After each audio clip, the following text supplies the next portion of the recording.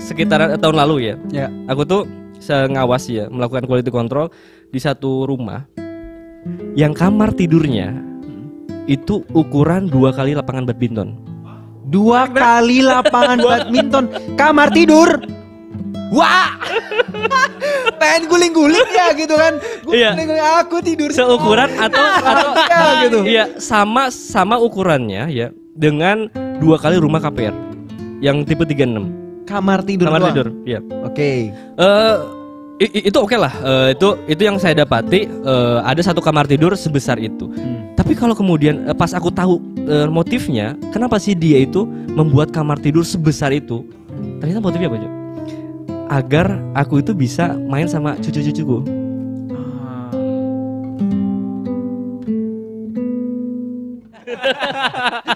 Jadi ini kan salah satu contoh dari ketegangan yang ada di rumah nih ya kan. Nah biasanya kalau misalnya seorang tuh buat satu produk atau enggak buat satu solusi gitu kan. Apapun itu kan kita kan memberikan solusi untuk umat kan. Nah kalau misalnya kita tahu bahwa ternyata di sekeliling kita ada banyak orang-orang yang punya masalah di dalam rumah nih. Faktanya orang-orang di sekitar kita tuh tegang tuh, di rumah tuh tegang tuh. Nah karena ada tesis, dibuatlah antitesisnya. Jadi gimana caranya agar rumah kita itu tenang di rumah. Nah kebetulan nih di sini ada orang yang udah nulis tentang tenang di rumah. Gimana Bang? Tinggi lah. Gimana Bang? Ini kan udah tegang nih. Baru mulai udah promo kita ya. Beloman. Oh beloman. Ini kan lagi ngebahas tentang, iya. tentang isinya. Isinya, gitu. oke. Gimana Bang? Gimana apa? Gimana kita ngelihat di sekeliling kita banyak yang Iya. teman.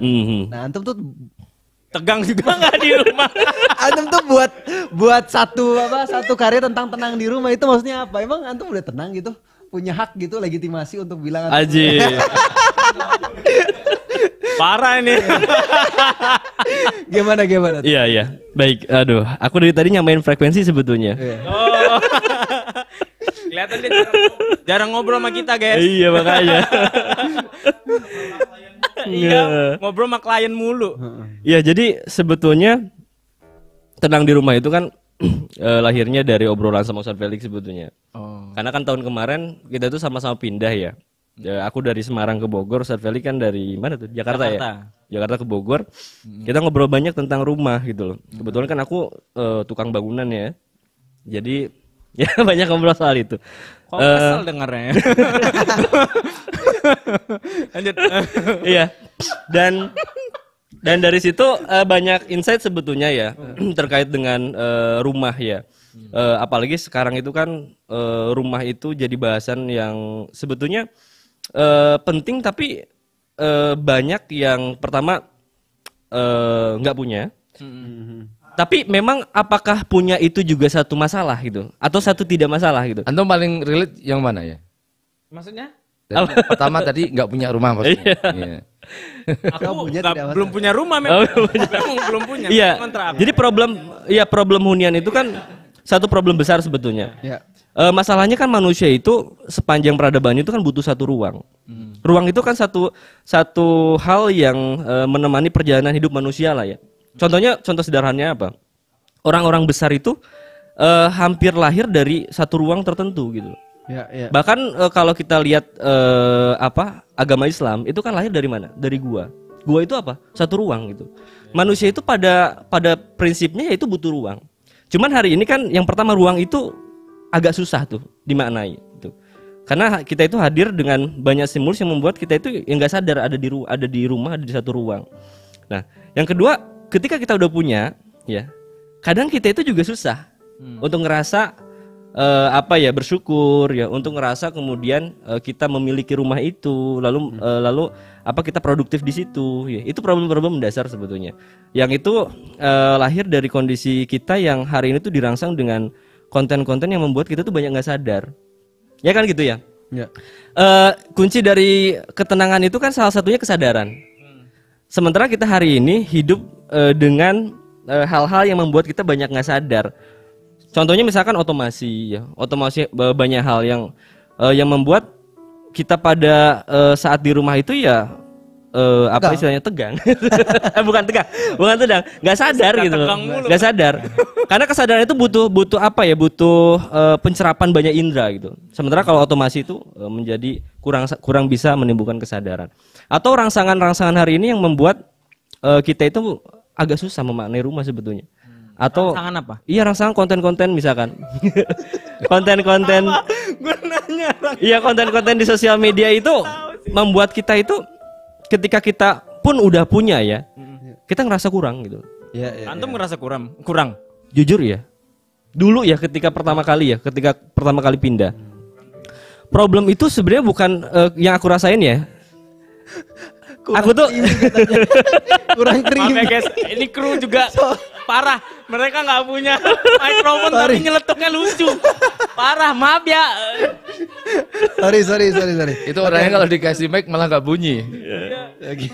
Iya. Kayaknya ganggu deh. Maaf ya guys. Oke, dulu merasa kurang. Terus? Iya. Jadi gini ya, ketika aku pindah dari Semarang ke Bogor nih ya. Aku tuh merancang hal-hal yang diinginkan di kepala misalkan. Ya. Merancang bagaimana nantinya layout ruangnya, barang-barangnya, ya kemudian bagaimana kita mengasumsikan nanti akan terjadi aktivitas-aktivitas di ruangan ini. Itu asumsi kita sebelum pindah. Tapi ketika pindah itu ada perasaan yang aneh sebetulnya. Perasaan seakan-akan kita tuh apa yang sudah kita capai, tiba-tiba capaian itu menjadi satu jalan yang panjang lagi. Kita tuh ngerasa ketika kita pindah itu ngelihat sudut ruang ada yang kurang nih. Ngelihat sudut ini ada yang kurang, ngelihat sudut ini ada yang kurang. Itu perasaan manusia. Wow. Makanya kan dari sini tuh ada satu hadis kalau nggak salah ya, yang bunyinya kalau manusia itu dikasih 2 lembah emas, mereka tuh pasti punya pengen yang ketiganya. Dan itu juga yang dirasain. Jadi ketika kita belum punya, kita pengen punya. Ketika kita udah punya, kita nggak puas. Itu yang aku rasain sebetulnya. Makanya dari sini ini ada yang salah sebetulnya dari rasaku pada saat itu yang ketika ngobrol sama Ustadz Felix mulai ide gitu untuk kayaknya kalau dituangin dalam satu buku kayaknya jadi menarik gitu. Nah itu ya yang pada akhirnya ada tenang di rumah itu. Gitu. Tapi tadi beberapa barang tadi aku relate dengan rumahku sih. Bapak ibuku. Sebelum Anda jangan nyeletuk kelas. Saya lagi mau mencoba untuk konsentrasi ini. Nggak lihat di chat tuh pada suruh diam gue tuh. Gara-gara kalian nih. Jangan nyeletuk lah. Nah itu relate sebelum orang tuaku pindah kota. Iya. Jadi dulu rumahnya lebih gede. Yang pindah kota kan rumahnya lebih kecil. Nah waktu di rumah yang lebih gede itu lucunya adalah lucunya adalah setiap ada ruang kosong emang pengen diisi. Jadi itu literally memang pengen diisi gitu. Iya. Nggak betah lihat ruang kosong gitu. Kosong kayaknya enak deh. Ada yang kurang. Iya, ada yang kurang. Kayaknya enak deh ditambahin ini gitu loh. Dan masalahnya ada yang kurang itu menjadi satu hal yang diwajibkan saat ini. Dunia marketing itu kan merangsang agar kita tuh merasa kurang terus gitu. Itu yang membuat kita tuh menjadi impulsif. Kita tuh pengen terus sampai akhirnya yang jadi problem itu barang sekarang tuh kan banyak. Tapi ukuran rumah sekarang itu menjadi mengecil. Iya kan? Kita itu di gadget kita tuh seolah-olah harus memasukkan jutaan barang ke rumah, yang mana rumah kebanyakan orang itu mengecil. Oke. Dan problemnya ada problem lanjutan sebetulnya. Apa tuh? Ketika perilaku konsumtif itu terjadi, barang-barang numpuk, itu triggernya apa? Kita sering kenal yang namanya hoarding disorder ya. Penyakit psikologi yang lahir dari sebetulnya itu disorder yang lahir ya karena ketidaksehatan mental ya, dengan indikasinya dia sering numpuk barang, bahkan sampai nggak rela untuk membuang barang ya. Itu kan penyakit mental. Nyimpan sampah. Nyimpan barang itu. Jadi ya itu yang merangsang kita tuh. Pemikirannya tuh kadang gini, kayaknya nanti bakal dipakai ini. Iya, itu. Nanti akan dipakai gitu. Iya. Disimpan di rumah. Iya, itu mindset kita tentang barang. Jadi kalau aku ngelihat tenang di rumah itu yang paling penting untuk dibahas yang pertama mindset kita tentang barang. Mindset tentang barang itu harus diapain sih gitu. Iya. Yang kedua tentang layout sebetulnya, layout ruang atau desain lah ya. Yang ketiga tentang peran dan perilaku. Peran dan perilaku. Iya, karena itu yang pada intinya yang membuat seseorang beda dengan yang lain di rumahnya itu 3 hal itu. Gitu. Kalau aku ngelihat ya, tentang bagaimana peran dan perilaku itu ditata, bagaimana ruangan itu dimaknai atau didesain, kemudian barang-barang itu ditata. Yang keempatnya ya menata ya pikiran kita tentang rumah itu. Jadi ada 4 hal yang isinya kalau di buku itu pendekatan menata lah ya. Bagaimana sih untuk mencapai tenang itu dilakukan dengan cara apa sih? Yang pertama pasti pijakannya filosofis kan, menata pikiran kita. Sebetulnya rumah itu butuh hak milik apa bukan sih? Apa tidak sih? Gitu. Atau sekarang itu seolah-olah ada asosiasi kalau kita estetik baru tenang. Emang perlu estetik? Iya kan? Atau kalau problem aku ya, aku tuh belasan tahun kan di dunia bangunan itulah ya. Memahami bahwa dulu itu ada pikiran seolah-olah kalau aku mewujudkan satu desain rumah itu harus semacam karya seni, nggak boleh diutak-atik. Padahal realitasnya apa? Ada anak kita, ada jejak-jejak manusia itu. Ketika tema rumah kita itu misalkan monokrom minimalis, tiba-tiba ada gelas hijau, itu kan itu hal-hal yang harus kita tolerir gitu loh. Itu kan tentang pikiran. Tentang bagaimana mindset kita tentang rumah itu. Apakah kita itu harus mengedepankan desain ya atau kemudian jejak-jejak kehidupan di rumah? Itu hal-hal yang sifatnya itu pijakan pemikiran lah ya. Nah, yang kedua yang tadi ya tentang barang-barang itu. Rumah itu sebenarnya tentang barang sebetulnya. Ketika ada ruang ya, ruang itu yang apa istilahnya yang menyebabkan satu rumah itu berdampak psikologis itu rata-rata barang. Barang-barang kita. Ya contohnya tadi ya ada rumah yang apa ya istilahnya bisa mewujudkan mimpi penghuninya berkat barang-barang. Barang-barang itu termasuk perabot. Ya. Ada yang karena barang-barang itu di rumah itu menjadi sumpek gitu. Iya. Dan hari ini barang-barang ini kan berkorelasi dengan impulsifnya kita dalam memasukkan keranjang kuning ya, lalu check out dan barang-barang itu masuk ke rumah kita. Dan itu menimbulkan banyak hal itu, banyak perilaku baru dari barang-barang itu. Karena barang-barang itu kan menimbulkan perilaku baru. Itu barang ya. Nah itulah. Kalau solusi yang ditawarkan di buku itu apa? Sebetulnya gini, buku itu sebenarnya tentang bagaimana kita itu menciptakan ketenangan, kesadaran sebetulnya.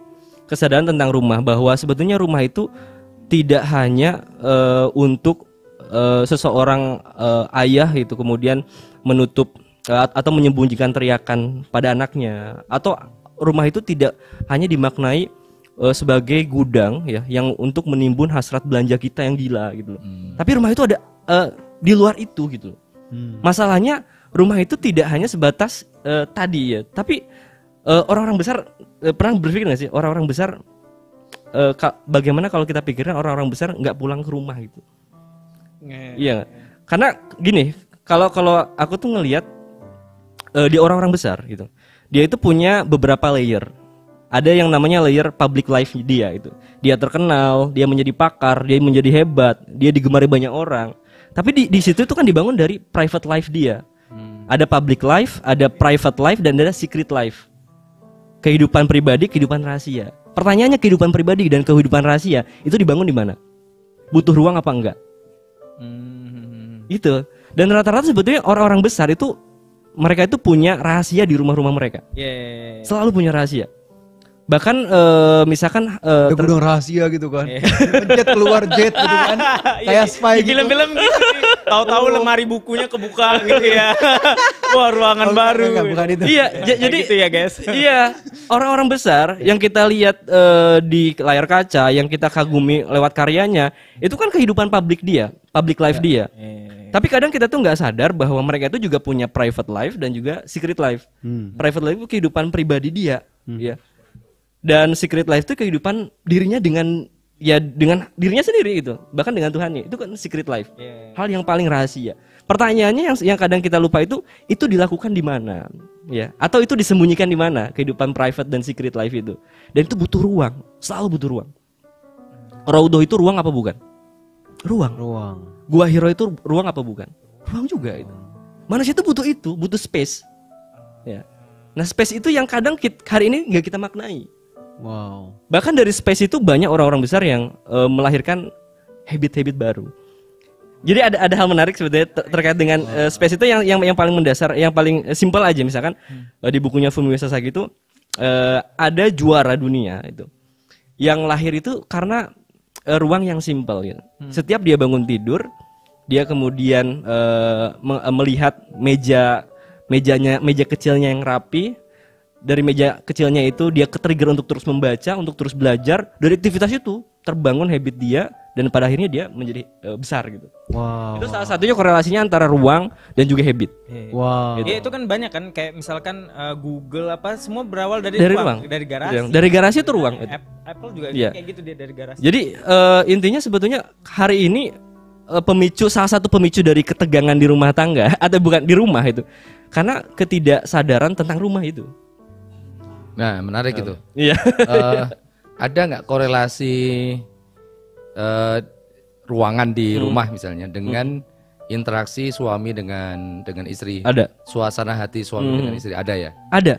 Nah, kalau gini, kalau dalam ilmu arsitektur itu ada yang namanya arsitektur perilaku lah ya. Jadi arsitektur perilaku itu salah satu cabang mata kuliah bahkan. Iya, jadi bicara tentang Cabang olahraga. Arsitektur perilaku itu bicara tentang perilaku orang di rumah. Tentang misalkan kalau contohnya saya tuh masih teringat bagaimana Anies Baswedan itu bicara tentang arsitektur perilaku. Mas Anies. Mas Anies. Contohnya gini, untuk membangun budaya antri anak di rumah itu. Ini di rumah ya. Di rumah itu. Ketika kita punya power, punya duit ya, misalkan kita kan pengennya mewujudkan satu ruangan tertentu, ada kamar mandi di dalamnya, tapi ada efeknya. Salah satunya apa? Ya orang bisa anak bisa lebih leluasa, tapi tidak punya budaya antri misalkan. Untuk ngantri di setiap jam 7 ya berangkat sekolah, mandi bergiliran. Itu nggak ada gitu. Itu salah satunya apa? Ruang yang diciptakan untuk menimbulkan behavior, perilaku itu. Atau mungkin gini, kalau kita mau membuat keluarga lebih individualis, gampang sebetulnya. Ciptakan kamar-kamar yang nyaman, pasang wifi, pasang TV di dalamnya, kamar mandi dalam semua. Kamar mandi di dalamnya, udah selesai. Itu ketika orang nyaman di ruang-ruang pribadi gitu. Itu ya pada akhirnya bonding itu nggak terjadi. Wow. Iya. Akhirnya menimbulkan ketegangan. Iya bisa ya deh, karena ada komunikasi yang nggak jalan. Wow. Jadi antara ruang dan juga behavior orang itu bisa terkait sebetulnya. Bisa terkait, ya. Oh, itu berarti kayak ini apa? Makanya ada nama ruangan namanya ruang keluarga. Berarti tempat untuk kumpul itu ruang keluarga. Jadi gini, kalau kita bicara lebih jauh tentang fungsi-fungsi ruang, sebetulnya fungsi ruang yang spesifik yang khusus itu kan lahirnya bukan dari peradaban Islam sebetulnya. Karena kalau kita lihat tipologi denah rumah yang pada umumnya itu yang misalkan kita pengen ruang makan didesain ruang makan khusus. Kita pengen ruang keluarga didesain ruang keluarga khusus. Kita pengen ruang dapur bahkan dibagi sekarang, ada dapur kotor, ada dapur bersih. Itu kan lahir dari masyarakat ya yang sejahtera sebetulnya. Atau yang ketika dia nganggur ya pengen ngapain lagi ya? Kayaknya kita pengen tapi spesifikasi ruang ya yang benar-benar terspesifikasi itu ya baru-baru ini sebetulnya lahirnya itu. Tapi kalau kita maknai rumah ya dalam kacamata yang lebih simpel, sebetulnya rumah itu harus menimbulkan yaitu ketenangan. Gini loh, jadi aku tuh nulis buku itu. Pertama nemu satu ayat dalam surat An-Nahl. Allah tuh berfirman, A'udzubillahi minasyaitonirrajim, wallahu ja'ala lakum min buyutikum sakana. Dan Allah itu menjadikan rumah bagimu itu sebagai sakana. Sakana itu kalau di terjemah Depak itu tempat tinggal. Tapi kan itu satu akar kata dengan kata sakinah, ketenangan gitu. Jadi Allah itu menciptakan rumah untuk kita itu untuk apa? Ketenangan. Tapi problemnya emang itu udah kita dapetin ya. Iya kan? Padahal Allah itu nyiptain rumah bagi kita itu untuk mencapai itu gitu. Sebagai tempat untuk kita tinggal agar kemudian kita tenang. Tenang itu apa sih? Tenang itu kan kondisi di mana kita itu nggak goyang gitu. Apapun yang terjadi ya, kita itu tetap diam. apapun yang ada di sekeliling kita itu kan kalau kita asosiasikan kan kayak gitu ya, tenang itu.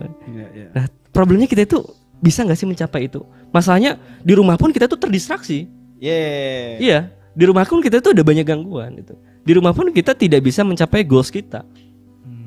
Itu yang menarik sebetulnya, yang paling menarik dari rumah ya, pemaknaan terhadap rumah. Yang hari ini kan rumah itu sebatas estetik. Kalau kita mau bangun rata-rata yang kita lakukan tuh apa? Kita nyomot gambar di Pinterest. Iya. Kita tiru plak. Ya sebatas inilah jadinya rumah itu sekarang apa ya, gengsi. Cari apa ya, pride lah buat itu. Gue bisa bikin rumah begini gitu. Kayak gitu. Padahal biasanya banyak juga yang nggak tenang di rumah. Dia tegang tadi di rumah kayak gitu. Resah, gelisah. Kalau dalam sudut pandang Islam sendiri, Ustaz, gimana Islam memandang rumah, Ustaz? Apakah rumah ini sebagai sebuah kewajiban atau hanya sebagai kayak wadah untuk privasi aja, misalnya kehidupan rumah tangga yang privasi gitu? Apakah sebagai seorang suami itu harus kayak kita harus punya rumah nih untuk istri atau gimana tuh, Ustaz? Ya, rumah ini kan salah satu kebutuhan pokok yang harus terpenuhi dalam diri seorang manusia. Jadi ada 6 kebutuhan pokok sebenarnya. Jadi pertama makan, kemudian pakaian, tempat tinggal, kemudian kesehatan, pendidikan dan keamanan. Ya. Nah, yang 3 di awal tadi, makan, pakaian, tempat tinggal, ini kebutuhan pokok secara individual.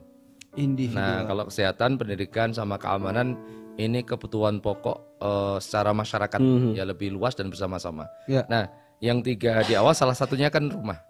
Nah, berarti memang rumah ini adalah kebutuhan yang harus terpenuhi dalam setiap diri individu. Bahkan kemudian ketika dia tidak punya rumah atau tidak punya biaya untuk bisa punya tempat tinggal ya, entah itu memiliki ataupun menyewa, maka harusnya orang lain membantu itu. Itu termasuk orang yang kebutuhan pokoknya tidak terpenuhi, berarti dia masuk kategori miskin. Ya. Sampai kemudian dia bisa menyewa rumah atau mungkin punya rumah untuk ditempati. Maka punya tempat tinggal itu menjadi salah satu indikator ya seorang manusia itu sejahtera atau tidak gitu. Ya. Nah, kemudian apa fungsi rumah dalam kehidupan seorang muslim? Ya, dia menjadi tempat tinggalnya, kemudian menjaga auratnya tidak terlihat dari yang lain, sebagai tempat di mana istri kita dan anak-anak kita tinggal. Jadi maka seorang suami itu juga punya kewajiban memenuhi kebutuhan tempat tinggal istri dan anak-anaknya gitu loh. Memenuhi itu artinya mereka punya tempat untuk tinggal. Bisa dengan cara memang memiliki atau bisa dengan cara kalau sekarang banyak yang masih menyewa rumah. Ya, yang penting itu ada rumah untuk ditinggali. Berteduh. Ya. Tapi gini, Sat. Aku kan pernah dengar satu hadis tuh ya, di mana waktu itu Khadijah, Aisyah, Sat, yang bilang bahwa Rasulullah pulang, terus kemudian Aisyah bilang bahwa baiti janati gitu. Khadijah yang bilang baiti janati, bahwa rumahku ini adalah surgaku. Padahal kalau kita ngelihat denahnya rumahnya Rasul ya cuma segitu, Sat.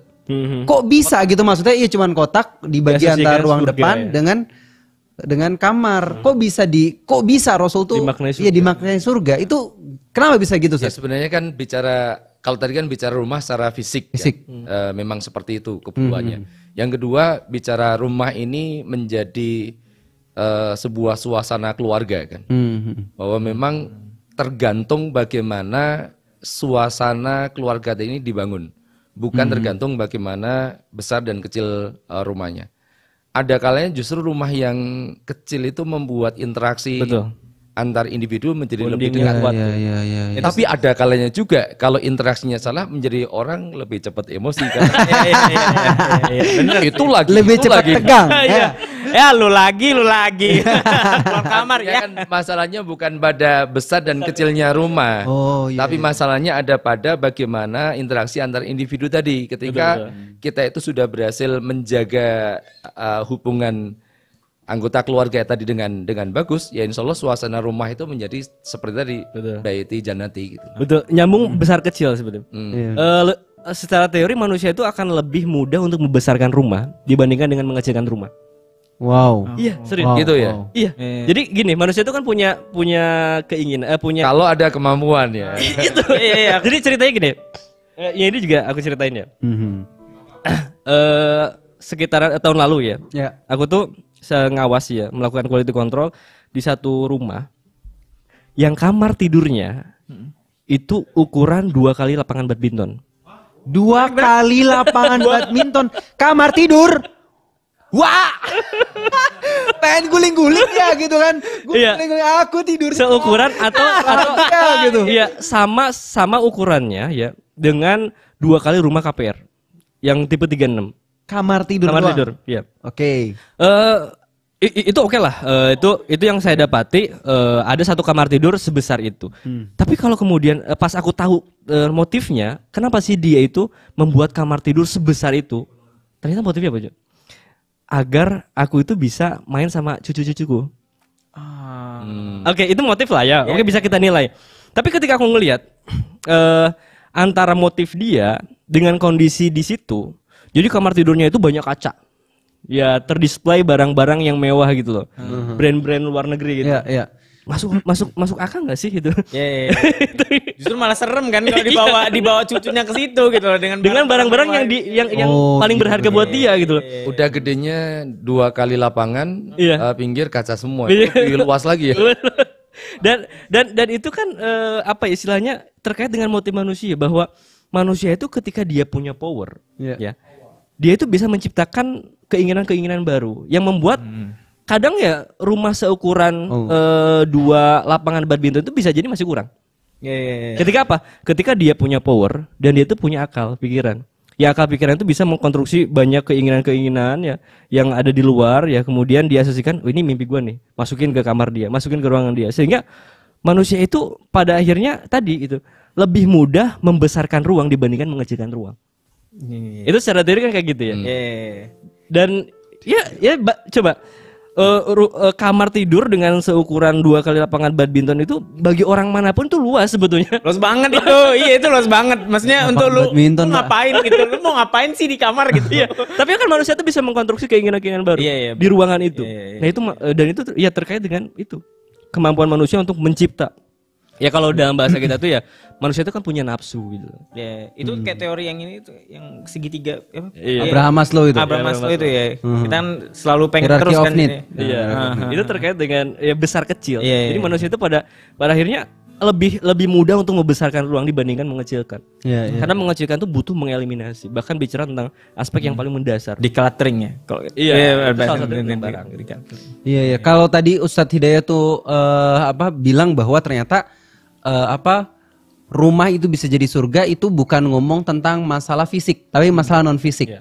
Nah, berkaitan dengan apa yang antum tulis tuh kan, itu tenang di rumah. Berarti ini bukan cuma sekedar ngomongin tentang fisik rumah ya, tapi perilaku rumah. Kalau dari apa yang antum tulis tuh gimana tentang bagaimana menciptakan rumah jadi surga itu? Iya. Kita kasih spill dong. Iya.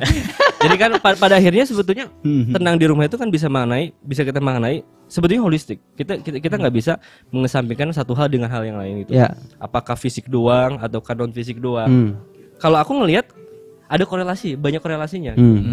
Yang pertama tentang apakah bisa tenang di rumah itu bisa didapat dengan cara apa? Kalau aku ngelihat pertama tentang mindset kita, bagaimana kita menata pikiran kita tentang rumah. Pikiran kita tentang rumah. Ya, pikiran kita itu tentang sebetulnya rumah itu harus punya kita apa bukan sih? Terus kalau misalkan kayak gitu, apa definisi hak milik gitu? Bahkan bisa sampai pada sebetulnya kita itu di dunia itu harusnya hak milik apa hak pakai aja sih? Itu kan bahasan-bahasan mendalam. Itu bagaimana kita nata pikiran kita. Dengan begitu kita bisa mencapai itu pondasi dasar. Oh, berarti penting untuk berpikir enough gitu. Cukup, merasa cukup. Salah satunya itu. Jadi yang pertama itu ketika kita ingin tenang itu yang pertama harus diberesi ya aspek pemikirannya. Pemikirannya dulu. Betul. Pasti ya. Dan pemikiran itu membutuhkan pandangan hidup. Worldview gitu. Pandangan hidup. Iya, kalau nggak dari pandangan hidup dari apa itu? Agak susah gitu. Benar. Yang kedua itu tenang di rumah itu bisa dicapai dengan menata peran dan perilaku sebetulnya. Peran dan perilaku. Oke. Perilaku kita sebagai anak itu harus gimana sih? Interaksi yang baik di rumah itu dengan orang tua itu. Harus ngapain aja sih pembagian tugas itu. Itu kan butuh itu. Kalau tanpa itu susah gitu. Susah. Jadi harus tahu peran. Benar-benar. Termasuk perilaku itu behavior kita. Behavior kita itu harus seperti apa sih di rumah itu. Karena kan kita itu kadang dari segi behavior itu. Kadang selalu punya pikiran gue tuh pengen beberes gitu. Tapi karena ini bukan rumah kita, ya nanti aja lah kalau udah punya rumah. Kan itu. Wah, itu kan kok relate. Lu mikir gitu ya. Iya, bocor nih. Iya, padahal problemnya manusia itu kan behavior. Kalau kemudian pemikiran itu ada, sebetulnya kan manusia itu problemnya bukan di hak milik atau bukan itu. Orang yang kalau udah malas ya di rumah sendiri atau di rumah orang lain itu tetap malas sebetulnya. Malas ya. Itu kan dari peran dan perilaku ya. Jadi itu yang harus juga kita ubah gitu. Jadi dari tadi pemikiran, kemudian peran dan perilaku. Yang berikutnya bagiku yang paling penting mendasar itu tentang bagaimana kita mendesain atau mengatur ruang. Karena aku tuh percaya bahwa ruang itu punya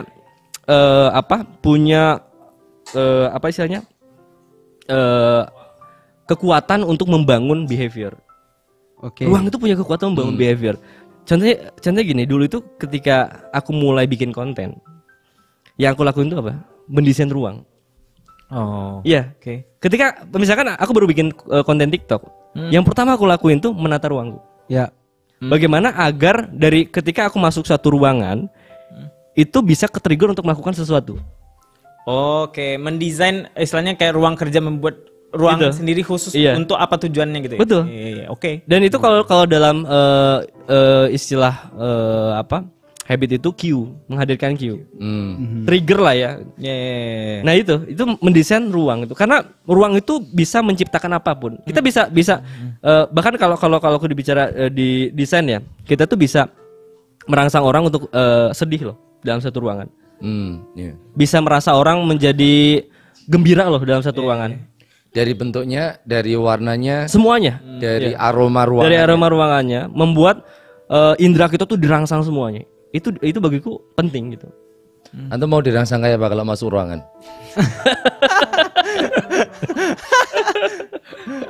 Aduh, aku takut ngomong. Salah live soalnya nggak bisa disensor. Ini kan ada ruangan studio. Jangan antum ngomongnya kayak gitu sih, Tad. Harusnya rasanya semangat kan? Ntar gimana? Otakku nggak jalan nih. Ruang tahanan bikin sedih.